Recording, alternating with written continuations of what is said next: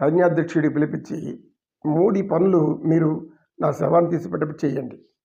మొదటిది, నాతో వచ్చినటువంటి గురువులు, జ్ఞాన గురువులు, కొంతమంది గ్రీకు తత్వశాస్త్రం ప్రకారము తత్వవేత్తలు ఉంటారు. అంటే అరిస్టాటిల్ రాలేదు, వాళ్ళ శిష్యులంతా వచ్చి ఉంటారు ఈయనకి జ్ఞానం చేయడానికి. ఇంతటి జ్ఞానం కలిగిన భారతదేశంలో ఈ జ్ఞానం ఎందుకు లేకుండా పోయింది వీళ్ళకి?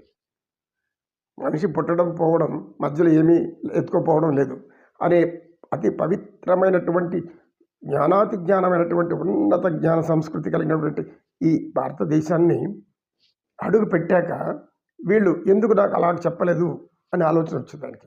కాబట్టి ఆయన ఏం చెప్పాడంటే, నా యొక్క శవాన్ని ఈ గురువులే మోసుకొని పోవాలి గ్రీకు దేశం వరకు. వాళ్ళు ఏమన్నావని, మొయ్యను అంటే కొట్టండి, వాళ్ళు కొట్టాలతో కొట్టిన తీసుకుపోండి, చివరి వరకు వాళ్ళే మొయ్యాలి నా శవాన్ని. రెండవది, నేను సంపాదించిన వజ్ర వైడూర్య మరకత మాణిక్యాలు బంగారు వెండి ఏమేమి ఉన్నాయో అవన్నీ పెట్టెలుగా నా వెనకాల చల్లుకుంటూ రండి. ఇది కూడా భారతీయ సంస్కృతిలో ఒక భాగం. భారతీయ సంస్కృతిలో ఇది ఒక భాగం. ఎందుకంటే చనిపోయాక మన కర్మకాండాలన్నీ మనకు ఉంటాయి. అవన్నీ చేసేది పురోహితులు, బ్రాహ్మణులు, వీళ్ళు చేస్తుంటారు. అదేవిధంగా అక్కడ ఆయన ఏం చెప్పాడు, నాకు ఎవరైతే జ్ఞాన బోధ చేయాలనుకొని అజ్ఞానాన్ని బోధించారో వాళ్ళు మోసుకుపోవాలన్నాడు. మూడోది, మన ఆచారంలో ఇంకోటి ఉంది, చనిపోయాక శవం మీద బొరుగులు నాణ్యాలు చల్లేవాడు పూర్వకాలం. బొరుగులు నాణ్యాలు, అనేక నాణ్యాలు, సంపద, ఇంత ధనం చిల్లరగా తీసుకొని కొంత డబ్బు ఉండేవాళ్ళైతే నోట్లు కూడా చల్లేస్తా వస్తారు ధన సంపద. ఎందుకు? ఇంత సంపాదించిన ఈ వ్యక్తి ఏమి పట్టుకుపోవడం లేదు అని వెనకాల పారేస్తే అందరికి జ్ఞానం కలగాలని. అది వేరు, అనేక మంది తీసుకుంటూ ఉంటారు, మెదవల ఏరుకుంటూ వస్తారు. దాన్ని అంతా కూడా ఒకటి సేకరిస్తూ వస్తారు.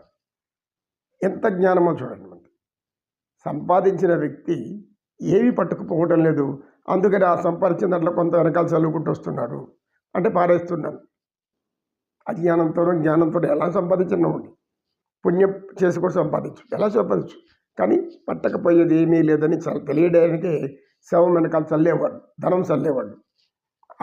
ఎక్కువ ధనవంతులైతే నోట్లు కూడా చల్లేవాళ్ళు, కరెన్సీలు. నాణ్యాలు అయితే మామూలు సహజంగా జరుగుతూ ఉంటుంది. నాణ్యాలు చల్లుకుంటూ రావడం, బొరుగులు చల్లుకుంటూ రావడం. అంటే ఏమి, తినవలసిన నూకలు చెల్లిపోయింది అంటాం కదా, ఈ రోజుతో వీడికి నూకలు చెల్లిపోయింది. అంటే నూకలు అంటే తినే ఆహారం, అది ఇంకా లేకుండా పోయింది ఈ వ్యక్తికి అనేది మనం తెలుసుకున్న మన సంస్కృతి సాంప్రదాయం నుండి జ్ఞానం. మన యొక్క జ్ఞానాన్నంతా ఆచారాల్లో, వ్యవహారాల్లో పెట్టారు మన పూర్వీకులు.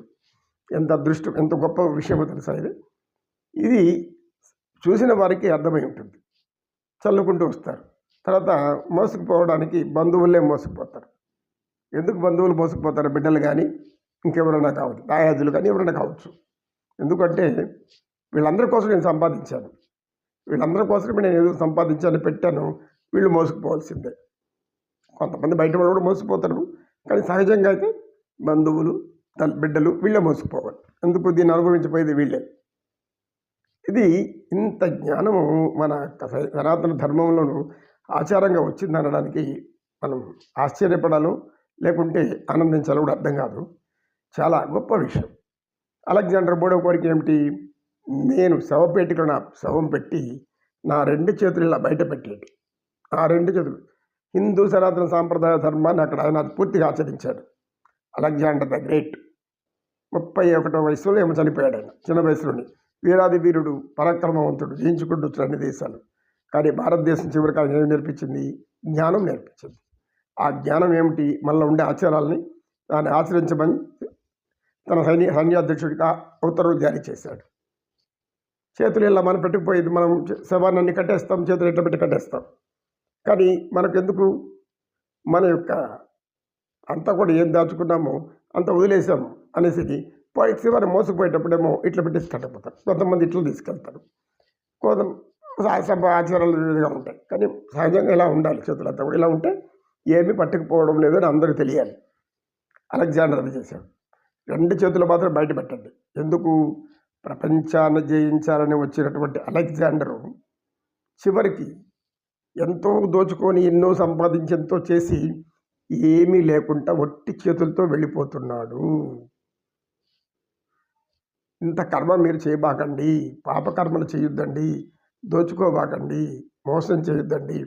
ఇన్ని గుణాలు మన యొక్క జ్ఞానంలో ఉంది కాబట్టి చివరిలో గ్రహించిన అలెగ్జాండరు దాన్ని ఆచరించాడు. అది జ్ఞానం అంటే. కనుక పోయేటప్పుడు చేతులేమి ఇలా పెట్టుకొని ఎందుకు పడిపోతామంటే, లేదు అనుభవించేశాను ఇక్కడ అని. నేనేం పాపకర్మలు చేశానో పూర్వము అది అనుభవించేశాను. ఇప్పుడు చేసిన దాన్ని మళ్ళీ నేను పట్టుకుపోవాలనేది ఇలా పెట్టుకుంటాడు. అంటే ఇలా గడుపులో పెట్టుకొని పోతున్నాను అని. మళ్ళా అంటే ఈ జన్మలో చేసిన పాపకర్మలు పుణ్యమో పాపము ఇలా పెట్టుకొని ఇలా పోతున్నామని ఇలా కట్టేస్తాడు. కాళ్ళు కూడా కట్టేసి పెడతాడు, కాళ్ళు కూడా విడిపోకుండా. కనుక జ్ఞానం మానవ జీవన విలాసంలో, భగవంతుడి సృష్టిలో మన ఆచారాలన్నీ కూడా గొప్ప జ్ఞానంతో కూడుకున్నవి అని చెప్పడానికి ఇది ఒక నిదర్శనం. అమ్మ మందాకిని, ఇంకేమన్నా సందేహాలు ఉందా? గురువుగారు ఇప్పటికి చాలు, తర్వాత ఏదైనా వస్తే అడుగుతాను. అలాగే తల్లి. నమో కృష్ణ, నమో కృష్ణ. కృష్ణం వందే జగద్గురు, శ్రీకృష్ణం వందే జగద్గురుం.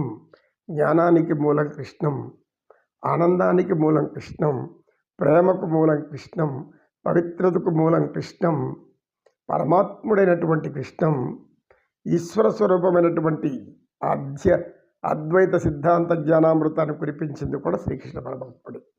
నమో కృష్ణ, నమో కృష్ణ. హే గోవింద వెంకటరమణ పాహిమాం రక్షమ.